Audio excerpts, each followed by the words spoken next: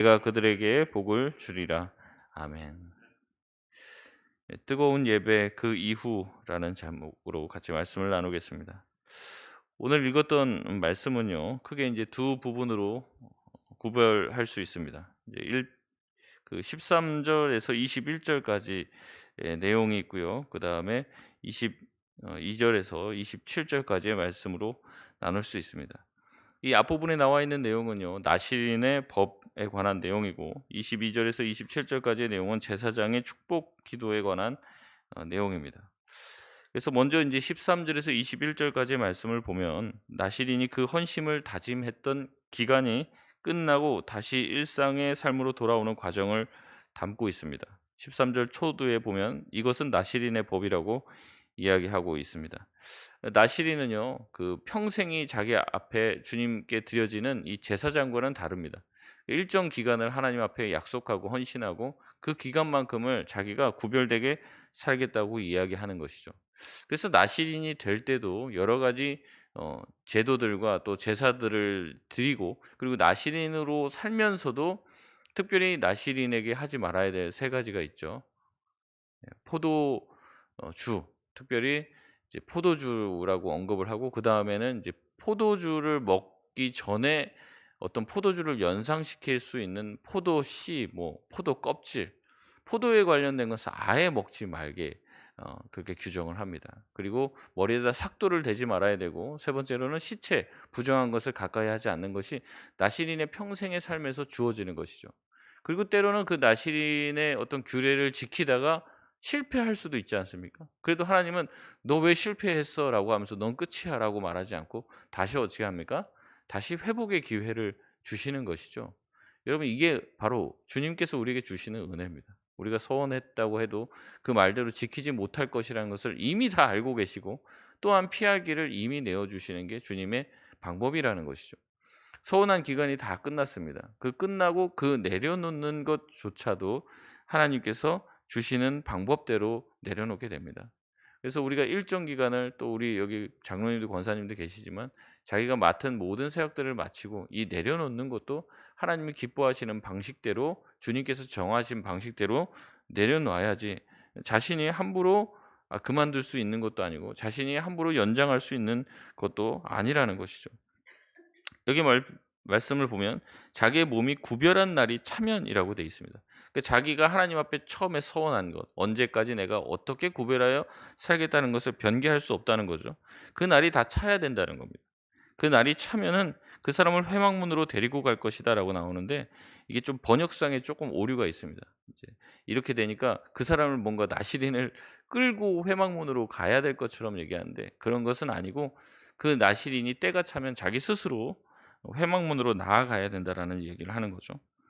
그래서 이 사람은 어떻게 합니까? 회막문으로 나아가서 번제, 속죄, 화목제를 드리고, 또 머리털을 다 밀고 그것을 제물 앞에 같이 드리고 태워야 했습니다. 그 이후에는 제사장과 함께 화목 제물의 식사를 나누게 됩니다. 그래서 다시 나시리는 평범한 사람으로 돌아가게 되고, 그 이후에는 그가 포도주를 먹을 수 있는 것이 허락이 되게 되었죠. 여러분, 이렇게 자기가 일정 기간을 나시린으로 헌신하고 하나님께 서약한 부분이 있으면 그대로 살던 법은요, 이 구약에만 국한된 것이 아니었습니다. 신약에도 동일한 내용들이 등장합니다. 사도행전 18장 18절에 보면요, 사도 바울은 갱그리아라는 지역에서 자기가 머리털을 깎았다라고 얘기합니다. 마찬가지로 이 머리털을 깎았다는 게 뭐라고 얘기했습니까? 모든 자기가 하나님 앞에 서원한 시간들과 기간들이 끝나게 되면 그것이 다 종료되었다는 의미로, 이제 머리카락이 생명을 뜻하거든요. 그래서 이제 자기 머리카락을 주님 앞에 드림으로써 자기의 그런 서약이 종료되었음을 선언하는 겁니다. 그래서 사도행전 18장 18절에 보면 이렇게 나옵니다. 바울은 더 여러 날 머물다가 형제들과 작별하고 배 타고 수리아로 떠나갈새 브리스길라와 아굴라도 함께 하더라. 바울이 일찍이 서원이 있었으므로 갱그리아에서 머리를 깎았더라. 이 갱그리아에서 머리를 깎은 이유가 자기가 서원한 그것이 종료되었기 때문에 그렇다라고 이야기하고 있습니다. 어떤 목적으로 서원했는지 자세히 나와 있지는 않아요. 하지만 그가 나시린의 소원을 따라서 자기 또한 하나님 앞에 무엇인가를 서원하고 그것을 잘 지켜나간 후에 머리를 깎았다라고 얘기하고 있습니다. 이는 이제 사도행전 21장에도 또 나옵니다. 23절에서 24절 내용을 보면요. 이 사도 바울이 사람들이 머리를 깎을 비용을 네가 내라 이렇게 말하는 장면들이 나옵니다. 이것 또한 이 신약의 성도에게서도 동일하게 이 나시린 소원들이 행해졌음을 보여주고 있다는 거죠. 근데 또 거꾸로도 나옵니다. 이 전도서 말씀에 보면은 우리가 예전에 또 말씀 묵상하면서 그런 내용이 나왔는데 5장 5 절에 보면요. 이 "서원한 것을 갚지 아니함보다 서원하지 않는 게 더 낫다."라고 얘기하면서 함부로 서원하지 말 것을 이야기하고 있습니다. 여러분 이 이야기를 한다는 것 자체가 무슨 뜻을 내포하고 있습니까? 누군가는 서원하고 그 서원한 내용대로 지키지 않는 것에 대해서 경계를 하는 거죠. 그리고 그런 일이 많았기 때문에 전도서 기자는 또한 그런 이야기들을 지적하고 있는 것입니다. 나신이 되면은 불편해요. 하나님 앞에 일정 기간을 헌신하게 되면은 먹을 것에 대한 제한을 받습니다. 자기 삶이 기동하는 것에 대한 제한을 받습니다. 심지어는 그 기간 동안에는 자기 부모님이 돌아가셔도 가까이 할 수가 없어요. 그런 여러 가지 시체를 가까이 할 수 없는 여러 가지 문제들이 생기게 된다는 거죠. 그러나 사실 신약으로 넘어오게 되면 이 나시린 규례는 실질적으로 더 이상 유효하지 않다는 것을 알 수 있습니다. 왜냐하면 그리스도 안에서 우리는 모두가 다 일종의 나시린으로서 주님께서 구별된 삶을 살길 요구하시기 때문에 그렇습니다. 구약에서의 나시린은요 아무나 나시린이 될 수가 없었어요. 노예나 종들이나 계급이 낮거나 천한 사람들은 나시린이 될 수가 없었습니다. 나시린이 되는 것 또한도 일종 계급이 돼야 되고 일정 인정을 받고 그 나시린의 삶을 살아간다는 게 아까도 말씀드렸지만 제약이 많잖아요. 그러니까 그 제약을 자기가 다 지킬 수 있는 사람이 이 나시린으로 또 서원을 할 수 있었던 거예요. 그런데 신약으로 접어들면 어떻게 됩니까? 우리 모두 거듭난 성도는 신자로서 나시린적 삶을 주님께 부여받고 또한 그렇게 살아야 됨을 주님께서 말씀하고 계시다는 거죠. 이 나시린 규약은요 어떻게 보면 그 규약과 규칙만 지키면 돼요.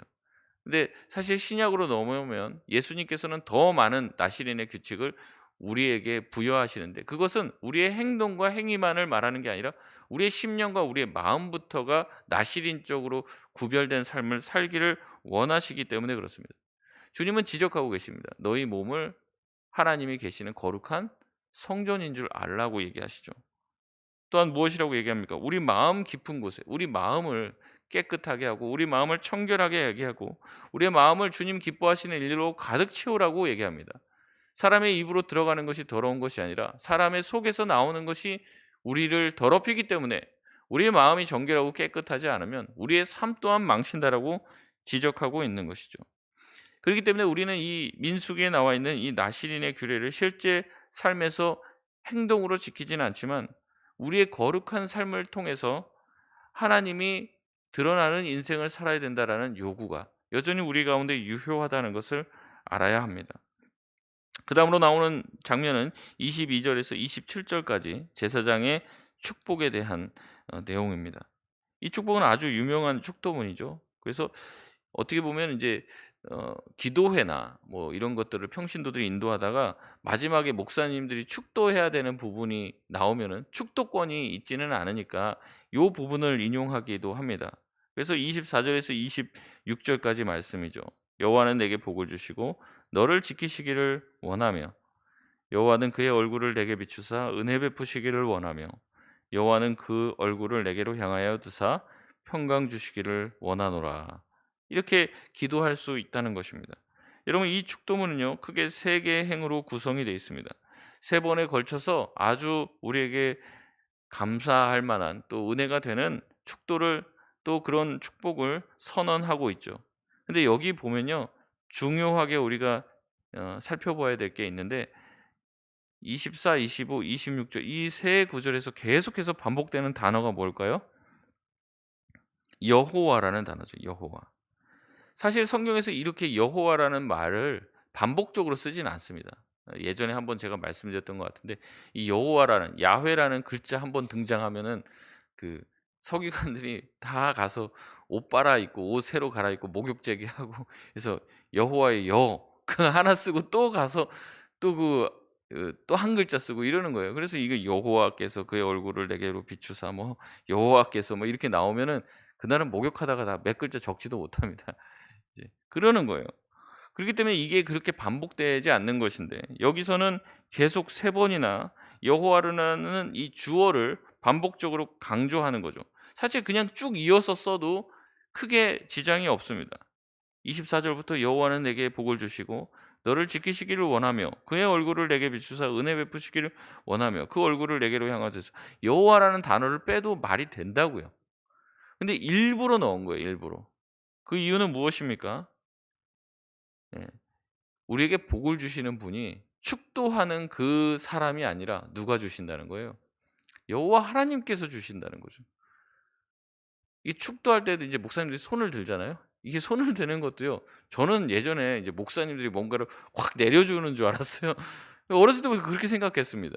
제가 신학교 가서 "이걸 왜 그렇게 하는 겁니까?" 물어보니까 이게 아론과 훌의 전통을 이은 거라고 하더라고요.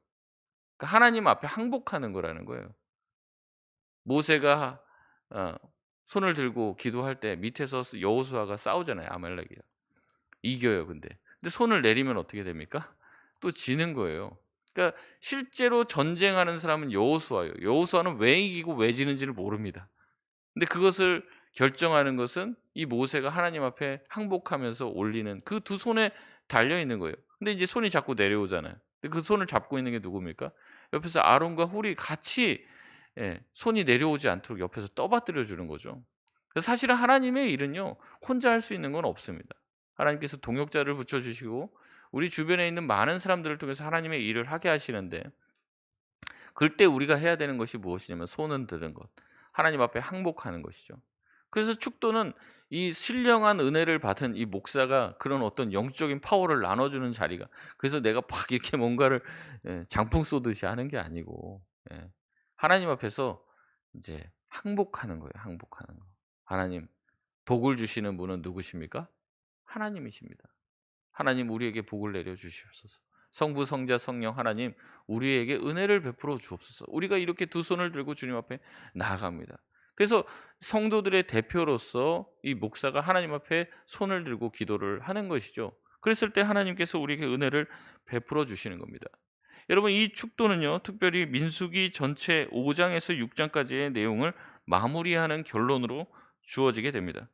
이 민수기 5장에서 6장까지의 내용을 이제 조금 요약하면 공동체 안에서 부정한 행동을 하는 사람들을 쫓아내야 되고 구별시키고 내보내야 되고 다시 정결하게 해서 돌아오게 하는 내용을 얘기하고 있고 두 번째로는 이제 개인적인 이 나실인의 소원에 대해서 이야기하는 것입니다.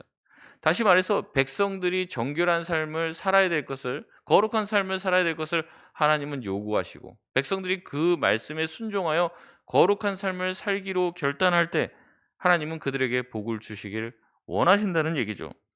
거룩한 삶과 별도로 복이 주어지는 것이 아닙니다. 하나님은 반드시 우리를 거룩하게 하신 후에 복을 주시기를 원하시죠. 하나님이 요구하는 거룩한 삶을 수행해 나갈 때 제사장을 통해서 이스라엘 백성을 축복하셨습니다.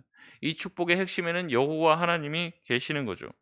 이스라엘 백성이 복을 누리고 승승장구할 수 있는 것은 그들이 가지고 있는 막강한 군사력 때문에 그런 것도 아니에요. 그들이 가지고 있는 비옥한 땅과 이 농사 기술로 그들이 잘 사는 것이 아닙니다. 그들의 삶을 거룩하라라고 명령하시는 하나님의 말씀과 거룩한 그들에게 복을 주시는 하나님께 달린 것이죠. 여러분 우리도 마찬가지입니다. 거룩하다는 말은요. 구별되었다는 말입니다. 쉽게 말해서 다르다는 얘기예요.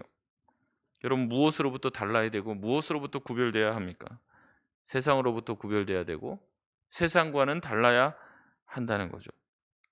팀 켈러는 자기의 책에서 이렇게 얘기합니다. 초대교회는 세상에 대항하는 문화 공동체였다.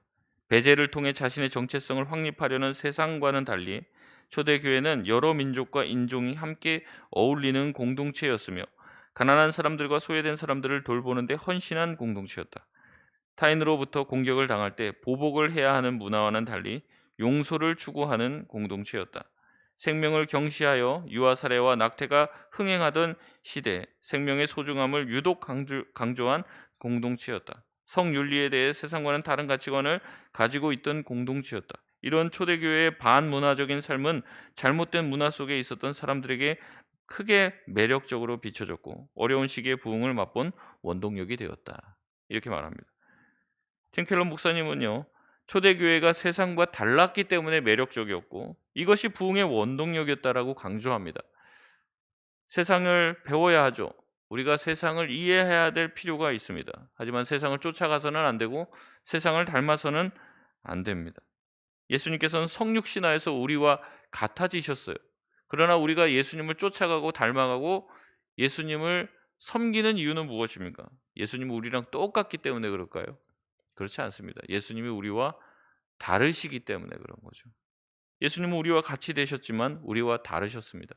거기서 우리가 영적인 매력을 느끼는 것이죠. 말씀을 마치겠습니다. 거룩은 선택의 문제가 아닙니다. 우리는 거룩해야 합니다. 여러분, 이 자리에 나오신 것 자체가 거룩인 줄 믿습니다. 예, 거룩한 삶으로 오늘 하루를 시작하셨어요. 나실인이랑 비슷하다고 생각하면 됩니다.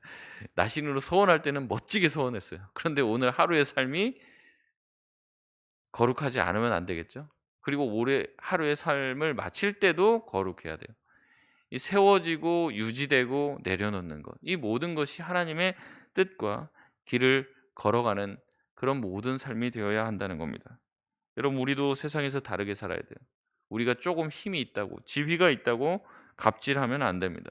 우리가 조금 똑똑하다고 남을 무시해서도 안 되는 것이죠. 주님이 우리에게 모든 것을 주셨다는 것을 믿고 거룩하게 살아야 합니다. 주님이 전지전능한 힘을 가졌지만 우리를 무시하지 않고 우리를 섬기셨던 것처럼 세상의 모든 지혜를 가지셨던 분이지만 우리의 무지함을 나무라지 않으셨던 주님.